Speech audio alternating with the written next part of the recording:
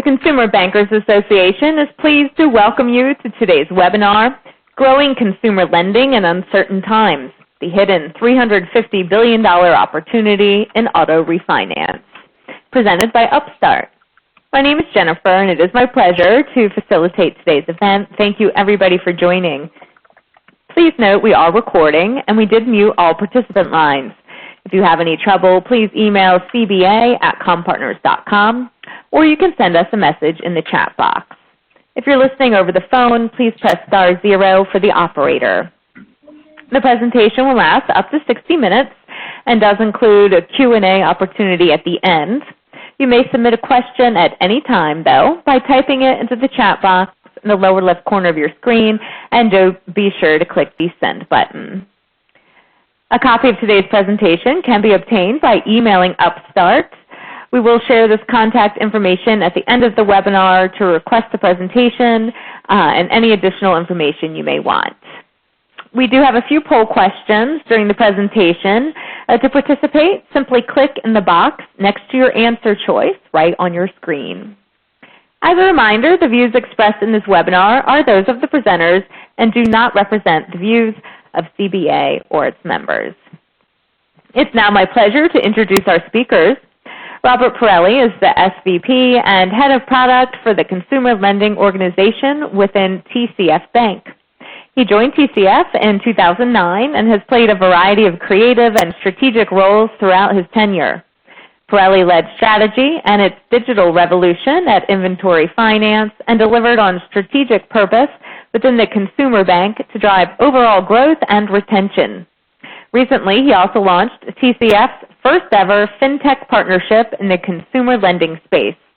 Prior to TCF, Robert worked at the National Restaurant Association and Allstate Financial. He holds both his undergraduate and master's degrees in finance and strategy from DePaul University. Angie Tuglas is a former financial services executive with deep experience in the auto industry.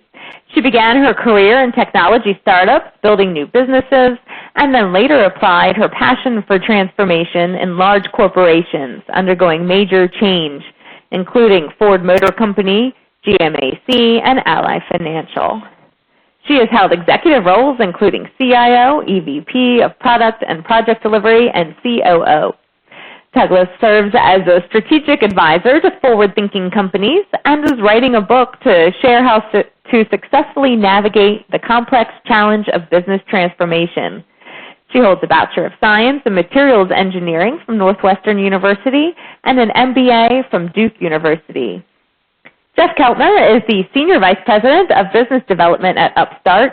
He joined Upstart after spending 6 years at Google. He launched and built the Google Apps for Education business and spearheaded marketing efforts for Google Apps in Global 2000 accounts and led sales, business development, and go-to-market strategy for the launch of Chrome devices in the education and enterprise sectors. He spent several years in direct sales at IBM and was a founding engineer and lead UI developer at SSB Technologies. Jeff holds a Bachelor of Science in Computer Systems Engineering from Stanford University. Welcome to all of our speakers, and Jeff, I'll turn it over to you to get us started. Perfect. Thank you very much, and thanks everybody for attending. We appreciate your taking the time out to attend another web conference. I know we're all a little web conferenced out, but at least this one doesn't have video that you all are on. And I think before we get started, Rob, you've got a little blurb you wanted to say. Yeah, just like our partners at CVA, my statements are my opinions and not those of TCF Bank. Now, back to you, Jeff. That's excellent, Rob. I remember the last time you and I spoke, Doug gave you a longer thing to read, so it seems like you're making it inside the circle of trust. Yeah. I like it. All right, well, again, thanks everybody for coming. You know, you heard a little bit about us and who we are, and as Jennifer said, we're going to have a couple of polls. And I just wanted to start off with this one, which is to learn a little bit about who's joined us here on the call today. So if you don't mind, you should be able to just click in the boxes here and just kind of trying to get a sense for who has joined us here in the meeting today. All right, now we get a real-time voting. This is a nice system. All right, some fintechs. Okay, so I can't go into too much detail on how I do it because there's some fintech folks here. It looks like mostly commercial banks and credit unions, which is I guess, for a CBA webinar about what we'd expect. And I think is a great match to the content we have, and hopefully the material we have for you today will be informative and useful for you. So, of course, I'm going to start off really simply. We're here today to talk a little bit about the auto lending industry. Obviously, auto lending is one of the largest forms of consumer lending today and represents a very large segment of lending and opportunity for banks and credit unions, with over $1.2 trillion in outstanding auto loans and over $600 billion of that originated annually. So both from an outstanding kind of balances point of view and from an annual originations point of view, it is one of the largest categories of lending. I think it's quite appealing, particularly in times like these, to many financial institutions because it is a secured form of lending. So it's not a house standing behind it, but it is usually a car. And of course, it's also a category of lending that has grown over time as auto sales have been rising for over a decade. And so we're seeing increased purchases, increasing lending of those purchases, leading to, we think, quite a large opportunity for many banks to invest in serving their consumers well through the auto lending product space.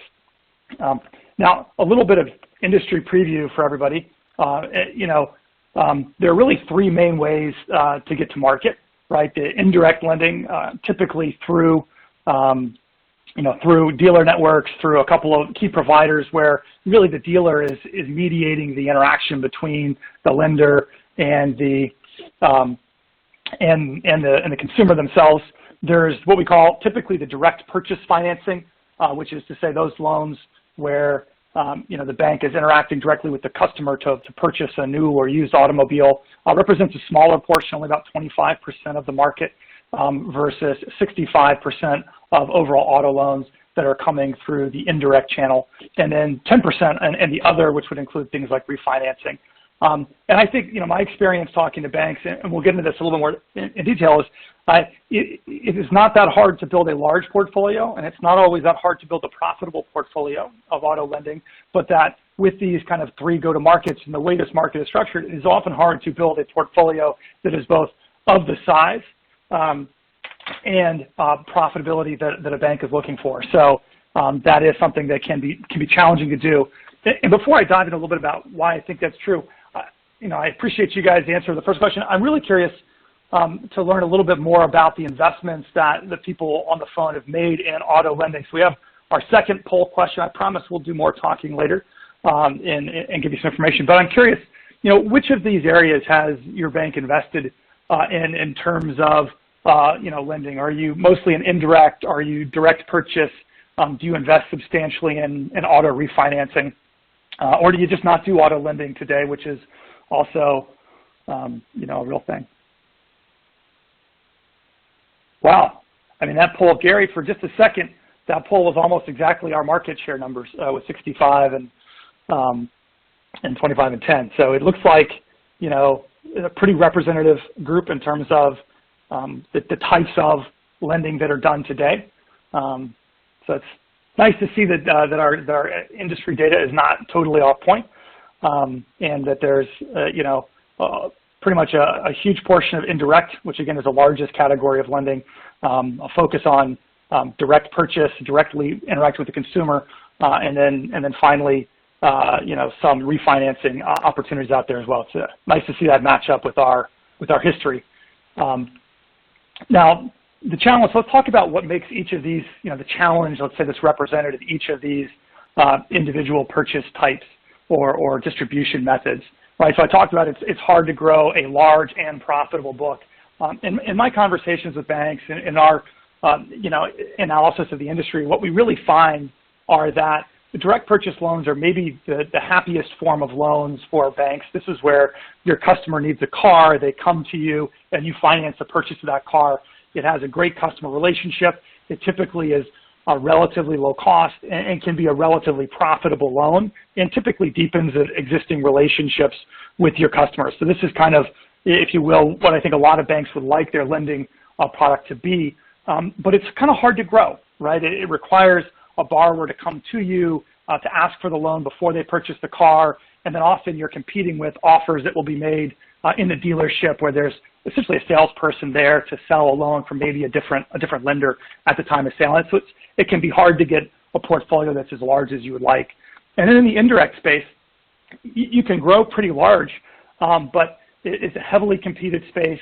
That means the margins get pretty thin. And typically, it's more challenging to build longer-term relationships. The customer's interacting mostly through the dealership and one of the key technology platforms. And so while many lenders we've talked to have built sizable portfolios here, they find that it's both difficult to make much money on the loans through the indirect channel and also difficult to engage the customer in a deeper relationship over time. Their conversion to that is a bit lower than they would like. And then lastly is the auto refi category. And I think as our data showed, and as your poll responses showed, this is not the most heavily invested in areas by banks. And so we have not seen a lot of banks, a lot of credit unions really investing in auto refi. And that's sort of why we want to talk about that today and dive a little bit into what auto refi looks like.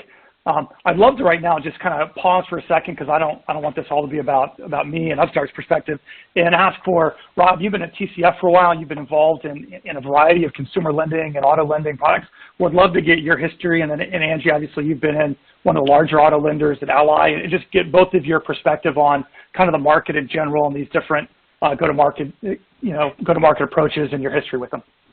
Yeah, definitely, Jeff. Just looking at it from TCF's perspective, where we completed our merger of equals last August of 2019.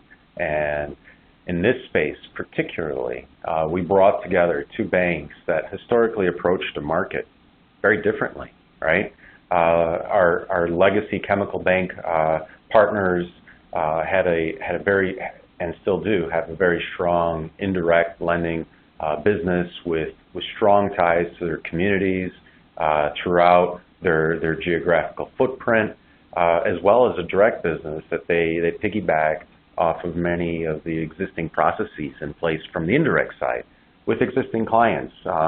And being very community focused, have developed a very strong basis for trust and really strengthening the overall relationship. Whereas on the TCF side, prior to the merger, at one point, we were in the indirect space on a national level that focused very differently than the go-to-market strategy at Legacy Chemical. So bringing those two environments together and variety of strategies, even within those go-to-market plays, are really interesting, and the environment and the customers really dictate the direction you head into and determine the space. That's why it's so exciting, Jeff. So, Angie, tell us more. Yeah.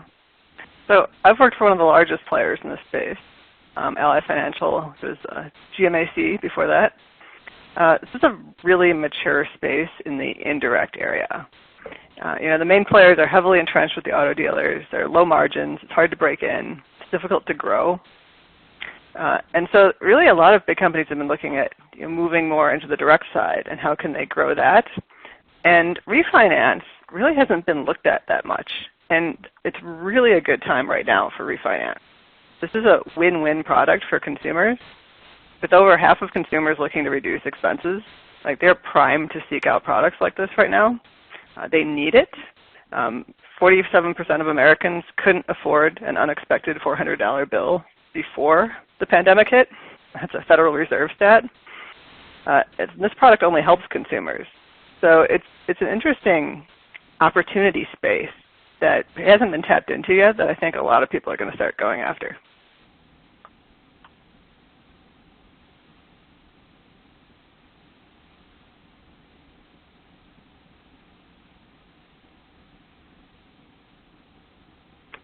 Jeff, are you on mute? tell us where we're going next. I'm not on mute, but I was talking softly. So we certainly agree with you, Angie, that auto refi is an interesting opportunity. I'd be really curious before we dive into a lot of the specifics to talk to folks a little bit about whether or not you have invested in auto refi. So there's a little poll up on the board right now. For the folks on the phone, is auto refinancing something you have never tried, you've tried but struggled to make successful, tried, it's a significant portion of your business, well, 40% significant portion of the business, that's great. Don't know, but I'm just kind of curious what the investment so far in refi, because as Angie said, it's something we think is a bit of an untapped opportunity. I love the live poll numbers. I feel like I'm watching election night returns when I see these things. All right, I think we've stabilized here. So about a little more than half of people have never tried or tried but didn't invest fully to make it successful. And another 30% and just don't know. So I think that kind of matches, Angie, what you were saying in our experience, which is it's kind of an untapped market. It's a place that's not substantially invested in just yet. So let me talk a little bit about why we see the opportunity here. So number one, a lot of the loans that end up being good targets for refinancing really come from loans that were done indirect in dealership. And I think part of the challenge here is that obviously with the dealer in the mix, there are often hidden costs to the consumer that drive up the cost of lending from what a pure play lender could do. You have dealers adding markups, dealers adding things onto the bill. And so you end up having, and I don't want to, besmirch all dealerships here, but I do think typically the consumers are paying, from this study we had, something like 2.5 points more than the pure risk-based cost, just because there is some amount of economics that are flowing to the dealerships who are involved in the transaction. So there's economics that can be given back to the consumer here. And I think it's a real opportunity for banks because, in these indirect loans, as I kind of mentioned earlier, you have low margins, you have low repeat purchases, and you have a difficulty in expanding the relationship and really getting that traditional value for the bank of having, a longer-term relationship with the customer that provides value over time. So today, auto refinancing represents a very small portion, about 12% of loans, whereas most loans are longer term. And as Angie said, it's really a fascinating opportunity today, just because, unlike purchases, you don't have to find people who are in market. You can very easily look at people who have recently received rates, recently received loans that you could target. So unlike the kind of direct purchase, there is a pretty clear go-to-market route here. It allows you to build, I think, a very positive relationship with the consumer because typically you're helping them save money and reduce their APR. So whether you're doing this for current customers where you can really deepen a relationship that you have, or whether you're targeting net new customers, I think the ability to help them save money is really valuable. And of course, as Angie mentioned, more than half of consumers are today, due to the current pandemic and economic conditions that it's driven, looking to reduce their monthly expenses. So not only is this, I think, something that's good for borrowers at any given point in time, but also particularly good for consumers who are feeling an extra pinch as the economy is struggling a little bit, an extra pinch during this time, and who I think are looking for some ways to put themselves on more sound financial footing. So it's really, I think, a timely opportunity to be taken advantage of. I don't know, Robert or Angie, if you have anything else to add on that. If not, I'm going to jump to my question for you to force you to add some thoughts, which is, why do you guys think banks have not invested more? I mean, we saw the market data, we saw the poll survey here that most of the lenders on the phone today and those in the market in general are not substantially invested. They're not driving a lot of value. But we see that there's an opportunity to provide a better financial solution for customers to save them money. What do you think is the reason that we don't see more auto refinancing in the overall originations of auto loans? Yeah, this is Rob. From my perspective, one overarching theme is the need to focus, right, in order to effectively understand the space, how to serve those customers, it requires a different priority set and investment, right, whether it's process, systems related, et cetera, right, to serve that client base, much different than kind of the existing spaces that we outlined in the earlier slides, right? Those processes and experiences are very different than what is required of one to really propel in the auto refi space. And banks should focus in this space. You're absolutely right, Jeff. But let's put the bank aside for a second. If the customer wins and we can save them money, that should be the driving force, right? It shouldn't be a prioritization of returns creating capital, returns, etc. At the end of the day, if the focus is on the customer, given the environment that we're in currently and the need to support our customers around their financial stability and growth, if we can save them some money along the way and get them more aligned to what their personal budgets are or plans, then it's a no-brainer, right? It just requires focus and commitment from the organization to dedicate the effort necessary to really create the space, the opportunity. Yeah. I totally agree, Rob. I mean, yeah, I totally agree, Rob. You know, a lot of banks are just not putting the focus and taking it seriously. Even some of our attendees to this webinar in the recent poll were honest that, you know, you tried it, but didn't invest enough to be fully successful. That happens all the time. And, you know, there's a lot of internal things that go on there. You know, one of them is fear of refinancing your own loans. Like, that's a real thing with a lot of banks. At some point, though, it almost becomes a defensive play. As consumers become more and more aware that they can refinance their car and that they need the money, then someone's going to refinance that loan if there's enough margin in it to be refinanced significantly. Right. And so to Rob's point, you know, as consumers become more aware, which is also one of the impediments in the past where we were battling consumer awareness, they knew this product did and wanted it. People are not primed for this, and people should do well by the customer. Right, and just to add on to that, I mean, you look at the journey on the indirect side from a customer's perspective, right? It's a very different journey experientially, whether it's supported by technology or not. It's very different than this space, specifically in the auto refi product, because the interaction point, the transactions, the need for technology and speed, and those points of interaction are just very different. So there alone requires a shift in focus, right? And you really have to pivot your energy to satisfy different pain points or opportunities to please your customer.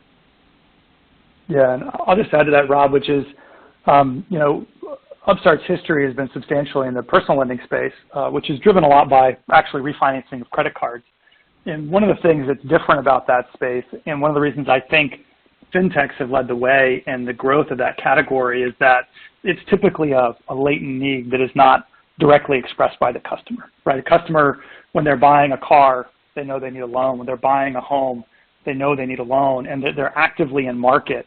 And most refinancing customers are not actively in market, right? They got a loan, they may be aware, maybe not aware that it's a good rate or not for them, that they could have had a better alternative. And there's both a lack of immediacy in the kind of need. There's no, hey, I got to have the money to buy the car, but there's also often a lack of awareness that there is an alternative for them that could save them money. And so it does require kind of different all the way through the process, but also at the top, because your customer is just not kind of out there asking about it, right? It's typically something that is latent and that requires the right kind of marketing and targeting to reach out and bring that customer into the process as well. All right, so I think we talked a little bit about the size of the opportunity. Now, we teased you with $350 billion, so I got to tell you where that came from. So here's where that came from. We did an analysis using some of our machine learning models, and for those who are less familiar with Upstart, our history comes primarily in the personal loan space, where we've lent with our lending partners. We've had about $7 billion originated through the platform into the market of unsecured consumer loans.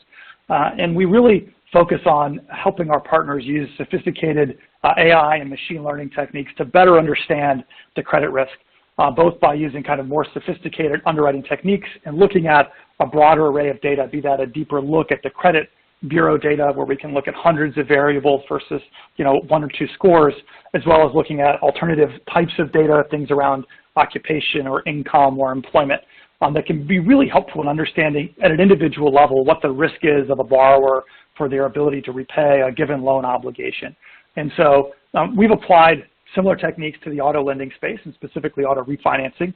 And then we went and did a retro analysis with some credit bureaus around, of the outstanding loans, how many of them could we refinance and save at least $20 a month in payments, such that, $20 a month representing sort of in our experience an amount of savings per month that makes it worthwhile for a borrower to complete a borrowing process, right? If you're going to save them $2, it's not that great, maybe not worth the process, but could we go and decrease monthly payments?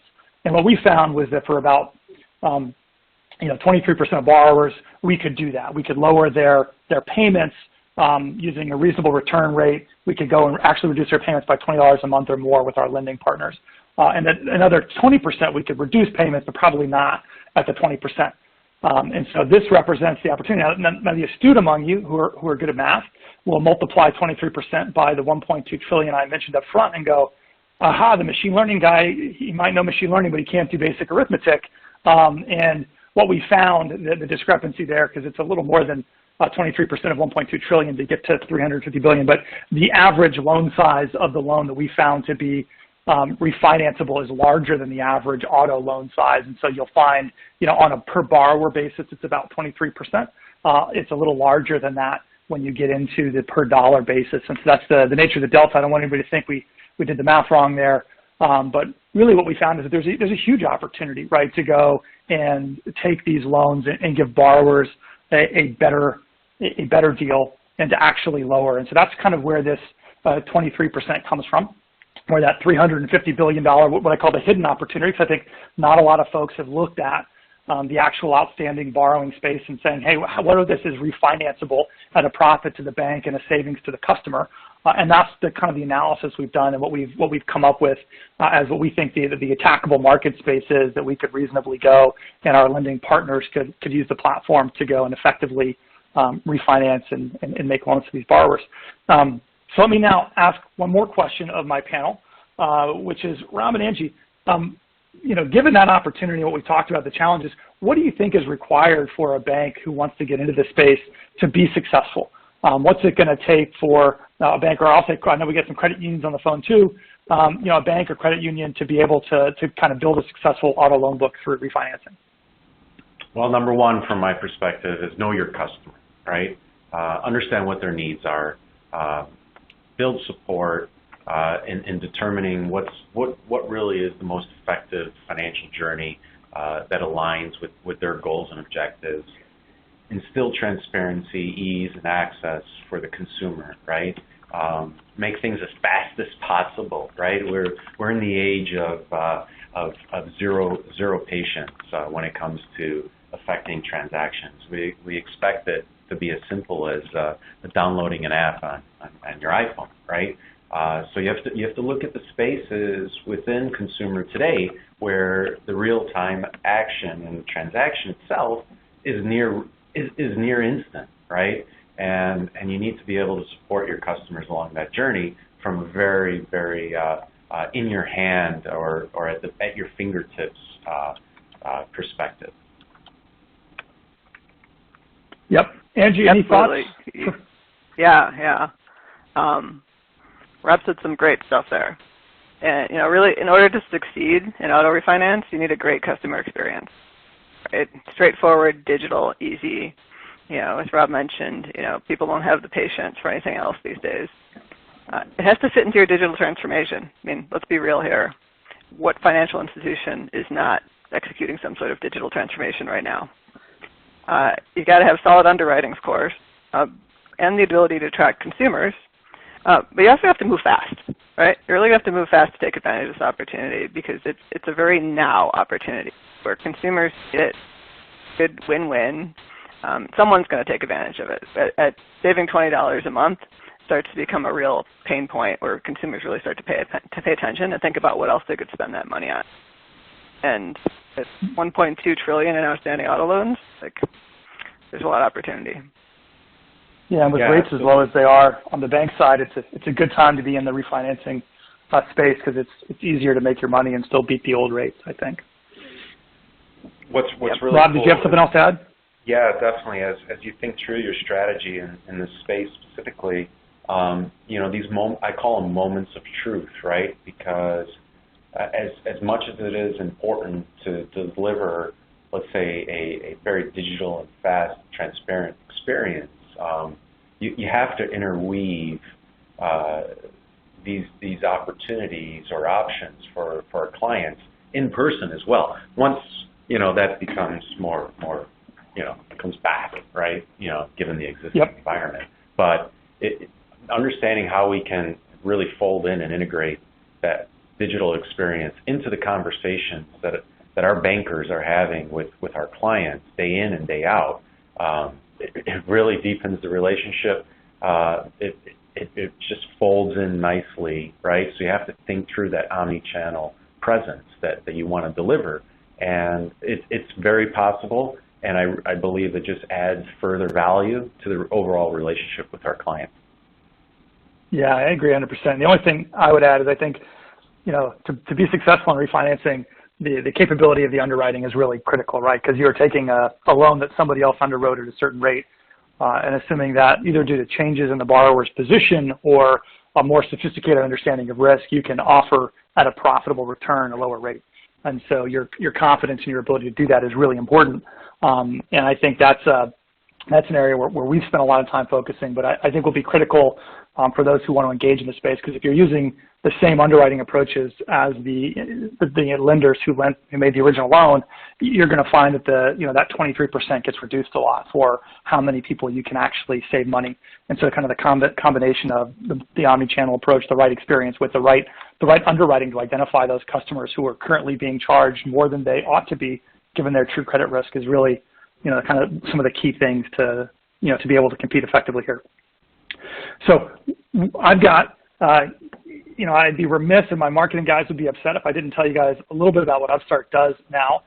Before I get into that, please feel free to send some questions in for us. So we're gonna get to our final thoughts and our questions in a few minutes, and would love to have be able to answer any questions that are out there about what we've said, or more importantly, maybe things we should have said but didn't cover. So Upstart is recently announced an auto lending program that helps our partners kind of really be able to engage in auto refinancing across the entire lending life cycle.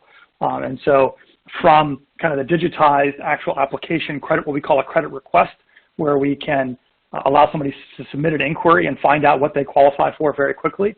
And that's, you'll see this picture on the right that I think is one of these interesting things when you move to a digital world and you really think digitally native, that you can do something really interesting. For instance, we typically do vehicle lookup through the DMV and lookup of the existing loan through the credit file, so we can present to a borrower who's given us their information. Here's the car we found. Here's the loan that seems to match the car. Is this the one you want to pay off? We can pull up an image of the car. So really creating that high quality digital experience that feels like a digital first experience, not like a kind of digital layered on top of the old experience. The ability to get to instant quotes for each individual is really important. You find particularly in this kind of product with a latent demand and not kind of more active demand in market borrower, that people are looking to be able to, without hurting their credit score, without submitting a complete application, to be able to see what they qualify for, see if they can save money before they go through the kind of more full borrowing process, identity verification, et cetera. So we've really focused on that fast, instant quote, and then how do we simplify the verification, make sure we're doing as much mobile friendly, as much digital as possible, through ID verification, income verification, et cetera, verifying that we have the right automobile in fact, and then closing, and we're doing our best to digitize. Obviously, depending on your state, kind of transfer of title and things, it may not be 100% digital, but we're really trying to take the digital first approach to giving an end-to-end experience where many borrowers will be able to, without leaving their couch at home, without using anything but their phone, go from I'm interested to I've got to refinance my auto loan and I'm saving money. So that kind of end-to-end process, white labeled, you'll see here, we've got a demo of Iron Bank, which is not a real bank. In this case, it's the bank from Game of Thrones. We're Game of Thrones fans at Upstart, but kind of an example of what this can look like that we do for our lending partners in the auto refinancing space. So kind of an end-to-end solution, and that solution is built on, again, the same technological foundation as all the products we offer to our banking partners. And so using the same kind of risk modeling techniques and data sources, the same credit decisioning, the same fraud detection and prevention capabilities. We're really building a platform that allows us to expose those through different kinds of product offerings, be those the personal loan that we started in, the auto loans, that we have available today, or even just exposing the credit portion through an API. And then, of course, I've got this layer here called the Powered by Upstart configuration layer, which is really to say, while Upstart's powering a lot of intelligence about level of risk, there are questions about the maximum risk tolerance your institution has, how you want to price risk in terms of APRs to the customer that are really configured uniquely for each individual lending institution that works with Upstart.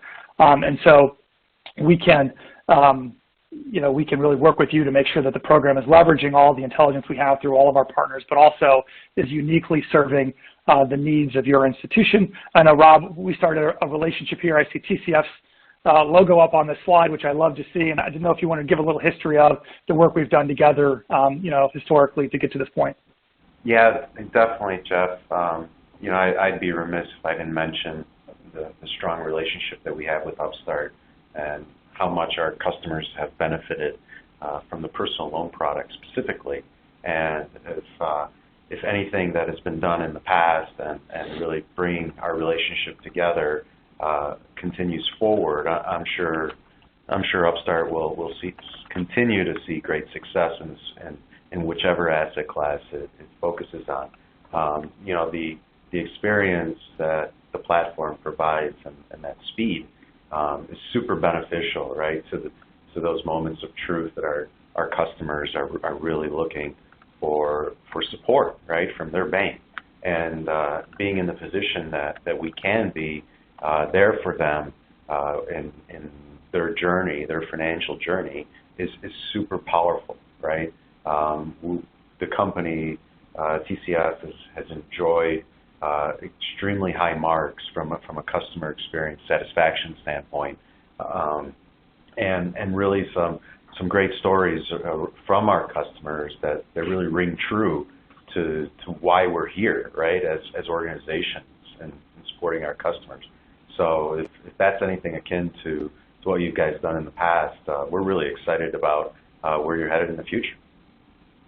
Yeah, I appreciate that, Rob. We certainly enjoyed working with you. And I think one of the things that's been most fascinating to me, obviously Upstart has worked a lot with pure online programs, but to see not only your customer reaction, but the banker reaction around a primarily digital product for bankers that are able to serve their customers' needs, even though it's not a traditional branch-oriented process. The branch bankers really have found it to be very powerful in helping their customers. That's been, those are, you like the consumer reviews. I like those too, but I actually really enjoy the notes you send over from the bankers because I find them to be a really powerful statement about, the benefit of the kind of relationship you guys have and the ability to kind of augment that through technological capabilities.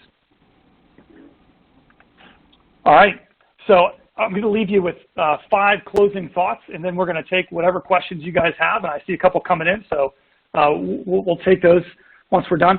So 5, I think, pretty simple, and hopefully we've justified all of these through the conversation today. 1, auto refinancing is a really big, we would argue about a $350 billion opportunity. So there's a big opportunity. Someone's going to take advantage of it. Hopefully we can work with you guys to help some of the people on the phone be the ones who are.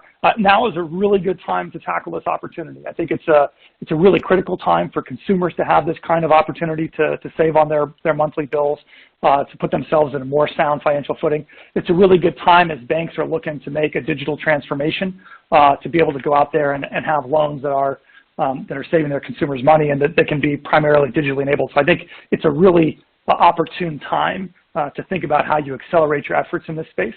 And then winning in this space is going to require a couple of things, right? One, it's going to require highly effective risk models. You've got to be able to figure out the proper risk level of an individual, both identity, income, lying, fraud, but also, importantly, how big a credit risk each individual is for each kind of loan they might be interested in. So I think that will be critical, whether you build that in-house or work with a third party. Winning will also require highly automated digital experiences. And I want to highlight for a second the automated. We didn't talk a ton about that.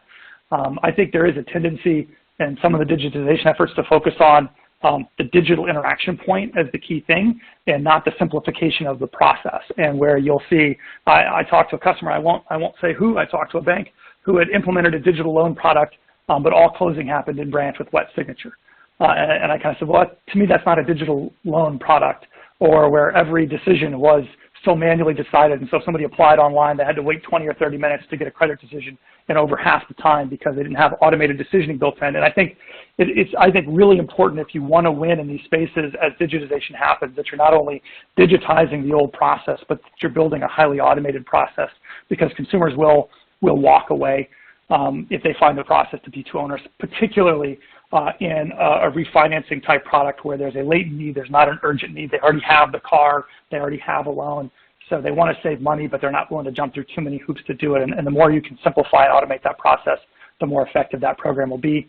And then finally, I think speed to market will really matter in this space. As Angie said, kind of the opportunity is now. Customers are really hungry for this kind of product right now, and those who are able to get to market quickly, whether that's leveraging existing technology infrastructure or outside partnerships, I think are going to have a real advantage in getting to market and winning a lot of that business. So those, if I could leave you with 5 closing thoughts that I hope the prior presentation is actually justified and supported, that would be kind of the summary of them. And I'm now going to put up a wonderful slide with all of our faces. So I'm going to not look at mine and pretend I'm in the room with Rob and Angie. I prefer to do these things in the room with folks, but obviously it's not possible today. And toss over to Jennifer to see if there are any questions for us that we can answer from the audience. Great, thanks so much. A reminder to the audience, send those questions in if you have them, and be sure to click the send button to do so. So first question, Jeff, I'll pitch this one over to you. What is the average auto loan rate being refinanced? Yeah, I don't know that we have, historically speaking, what the average rate that is being refinanced is as a whole. I will say when we did our analysis that you saw on the earlier slide, where something like 23% of borrowers, I think it was 22.9, something specifically, could receive lower rates by $20 or more. That actually ranged across the credit spectrum and across the interest rate spectrum. Now, you can imagine that the higher interest rate loans are easier to refinance, but not exclusively. So we see high FICO borrowers that you can refinance. We see medium FICO. We see certainly subprime borrowers that you can refinance. But it really is an across the credit spectrum opportunity. The one thing I will say, we've got a kind of call to action slide at the end that says you can email me. My email is just Jeff@Upstart. But our team can perform a kind of subsetted version of that analysis that we showed a summary of, specifically for the geographies that you operate in, and give you a better sense of what's the opportunity and what's the credit spectrum that opportunity is concentrated in within your specific geography as a lending institution. So for those who are interested, I'm happy to follow up with you and get our team engaged to help you kind of look at the opportunity as it exists in your geographical footprint and how it kind of overlaps with your either traditional credit score box or just your overall risk appetite. Because I think it really does range the spectrum. It's just a little bit about concentration that varies a lot place to place. So yeah, happy to follow up and kind of dig in a specific geography about that. Great. And for this next question, Jeff, I'll let you kick it off, and then Rob, if you'd like to step in on it as well. So when considering different vintages of potential auto loans, are you generally targeting loans booked in 2018 or early 2019 when auto cost of funds were higher? Rob, do you have an opinion on that? I'll answer. Go ahead. I would say both. There's kind of two ways, I'll say 3 ways actually, that you can end up being in a position to refinance a loan at a lower rate. Like one is cost of funds is lowered. Obviously, there's a time basis for that as cost of funds has been low for a while. But if you're looking at older loans that had a higher cost of funds, that's one way. A second way is just to think that the risk analysis done by the original lender was overly cautious, right? And the borrower is not as risky as that lender thought, and therefore they assigned too high an interest rate to that loan. That happens, frankly, just as often, if not more, than the cost of funds delta being there, particularly if you're applying the kind of sophisticated modeling techniques that we have to look at the creditworthiness. So it's not always just a cost of funds shift, although that certainly helps. It's also a creditworthiness history. And then, of course, the last thing is over the course of a year or two, the actual creditworthiness of that borrower may well have changed. This may have been a subprime borrower when they got the loan, but they've been making payments for a year. Their credit scores have gone up. They've made all their other payments on time, and they now just look a lot less risky than they did 2 years ago to the original lender. And so it's kind of a combination of those 3 reasons that ultimately end up putting you in a position to refinance a loan. And of course, you can have a combination of all three. It's possible they were, originally originated a loan with a higher cost of funds, a worse credit profile, and a lender who was overly cautious. That's obviously when you can make the biggest delta in rate. But it's usually a combination of all three, and it's not one or the other exclusively. So we see opportunities even in relatively recent loans and much more mature loans to refinance and save money. And Jeff, one more question for you. Then the next one will be going towards Angie. So Jeff, when seeking to refinance auto loans from outside your bank, is it possible to acquire interest rate information, or is it typically backed into after knowing the starting loan amount, payment amount, and loan term? Yeah, you typically don't get the explicit interest rate, but it's actually, if you've got the credit file data and the right processing techniques, it's usually possible to get a very good understanding of what that interest rate is because you know all those. So typically we're looking at the credit file, and this is what's great is that you don't need to go acquire a historical loan origination data to figure out who the borrowers are that should receive lower rates. You can go through the credit bureaus. You can do this kind of analysis where you understand their payment. And again, a lot of what people are looking for is lowering their payment. Frankly, our history is that borrowers are much less interest rate sensitive than you think. They're more typically payment sensitive. Right? They don't pay 12% every month. They pay $400 or whatever that payment is. And so you can see that very clearly through the trade lines. And then if you can go and save that borrower money on a monthly basis, that's typically something we're looking for. I will say that a certain portion of auto refinance loans, not all of them, are lower monthly payments by extending the term slightly. So you might extend it out a handful of months from where it was before, and that can ultimately end up lowering the term as well as just lowering the risk analysis and the interest rate. So all of those are important, but ultimately you can get that data off the bureau, which is great both for underwriting, but also for your ability to target and reach out to customers who have the kinds of loans that you think you can refinance to a lower rate. So Angie, how can auto refi fit into my digital transformation? Well, auto refi is actually a really great product to both match your diversification strategy and your digitization strategy. So because you can, if you work with the right partner and you license a platform, you can get to market really fast with a very digital experience. And not only in refi, but you can also do that for your direct purchase. Notice the number of who are in that space as well. And a lot of you are not in either right now. So if you have a digital transformation and you're looking to diversify and grow, you can get into this space really quickly with a good platform.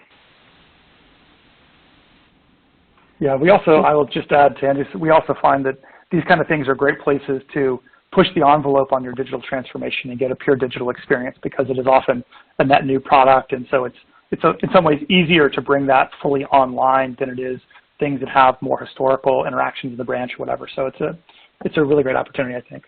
Right. Just to add on to that real quick is, as you look at your digital ecosystem of your organization today, having a deliberate plan, right, is critical because would you rather be okay at a bunch of things or would you rather be really good at a few things, right? And be purposefully and intentional on the products and services that align to your segmentation or your current customer base, right? Or the customer base that you're aspiring to reach is critical at the end of the day. And being very deliberate on how you perform or execute upon those strategies will determine or will improve your chances, right, of success. Rob, a question for you. What are some pitfalls to avoid when moving to AI-powered lending? What are things to consider to get that buy-in internally? Start early. I like the phrase "things to consider" better than pitfalls, Rob. Just so it's clear. Start early. Engage early and often. Right. Being from Chicago, the joke always says, vote early, vote often. The same goes in this space. For some, it's untapped, right, in terms of how they look at modeling, et cetera, and then add in all the various technologies and ways and tactics that you can build these high-powered engines. And it's really a journey. You've got to partner up with your risk stakeholders very early often. Build that relationship, check in, understand, their perspective and consider it, right? Going through that journey of engaging on or leveraging those types of models in the future can happen if you work together, right? So collaborate. That was the number one thing that really ultimately determined our ability to really understand and embrace, right, this let's call it 21st century approach. And it was a strong collaboration with our risk partners and really taking the necessary time to better understand how things work and the governance around it going forward. Jeff, back over to you. How does auto refinance loss estimate compare to auto purchase losses? Yeah, it's a great question. Typically, I would say two things. Refinance tends to be slightly less risky, frankly. I mean, typically, if you're doing it right, you're lowering payments for the borrower, which just puts them in a more stable footing. And historically, you've seen slightly lower losses there. I will say, I think part of the magic is obviously understanding what the risk tolerance of the lender is and how you build a portfolio that matches the risk appetite and the return appetite. And there's a wide array of riskiness available, probably, frankly, some of it outside of most banks' risk appetite, but quite a lot of it in. And so that's, I would generally say it's a little bit less risky, and it can be tailored to match whatever risk level you're comfortable with and the associated return level that you need to kind of take on that risk. And I think the real magic is properly understanding the risk that you're taking on, but typically a little bit less risky. Jeff, sticking with you for this next question. I believe there was mention of loans being more expensive in the indirect vertical, partially because of added costs from the dealer, not product ads.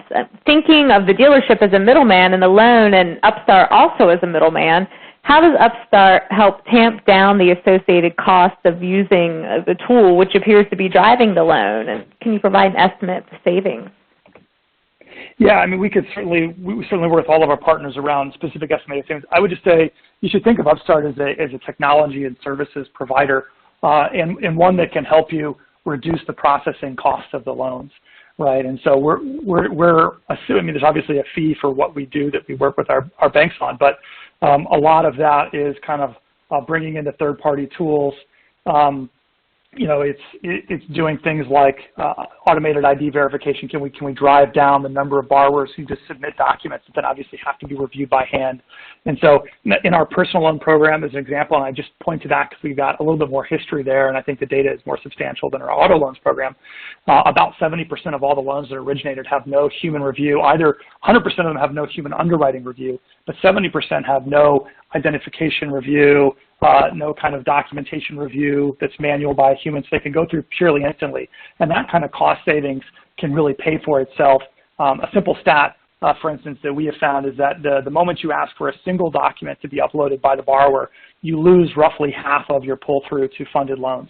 And for every additional document, if you ask for an ID as opposed to being able to use digital tools to do an ID verification, you lose about half of your borrowers right off the bat. If you ask for a utility bill or a bank statement on top of that, you lose about another 15%, and so on and so forth. And so we typically can work with our bank partners to show them that the usage of this health technology to drive up automation and reduce the processing expense more than pays for itself. So you end up ultimately having a less expensive way, particularly in these consumer loans that are smaller dollar where, the time of a loan officer might be a meaningful portion of cost as a percentage of the interest you're earning on the life of the loan.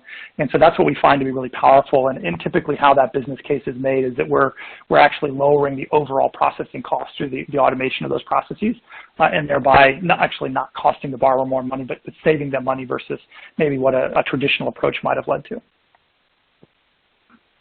Thanks so much. Those are all the questions we have for now. I know, Jeff, you had a few more points you'd like to cover before we go ahead and wrap. Sure. We did have one other question. I think one individual asked me specifically, can I share my contact information? So I said to him, yes, and I will say to everybody, yes, I'm happy to share my contact. I've been at Upstart long enough, about a little over 8 years, that I'm just Jeff@upstart.com. Our team, as I said earlier, is ready and able to provide for anyone who's interested kind of a version of that market share and opportunity assessment specific to your, again, risk appetite and geographical constraints. So if that's of interest to you, please do reach out directly to me, and I'll make sure we get you in touch with the right members of our team that can complete that analysis and get it over to you. And then we've got a little bit more information on our auto lending program at the URL below, upstart.com/4banks. That's a great 4banks URL, and then auto loans. And then if you'd like to learn more about the much larger, now twice the size as when we first talked, Rob, TCF Bank, you can find out more about TCF Bank at tcfbank.com. And I think that is the last of the content we have. So in a day when we're all going from meeting to meeting, it'll be nice if we get you done a few minutes early so you can get a coffee before your next one. Thanks so much, Jeff. Of course, to all of our speakers. We did record the session, and it will be available in the next couple of days. You may access that recorded archive by using the same login information you used for today's live webinar, and do feel free to share that link with your colleagues. On behalf of the Consumer Bankers Association, thank you to all of our participants for joining us. Have a wonderful day, and you may now disconnect.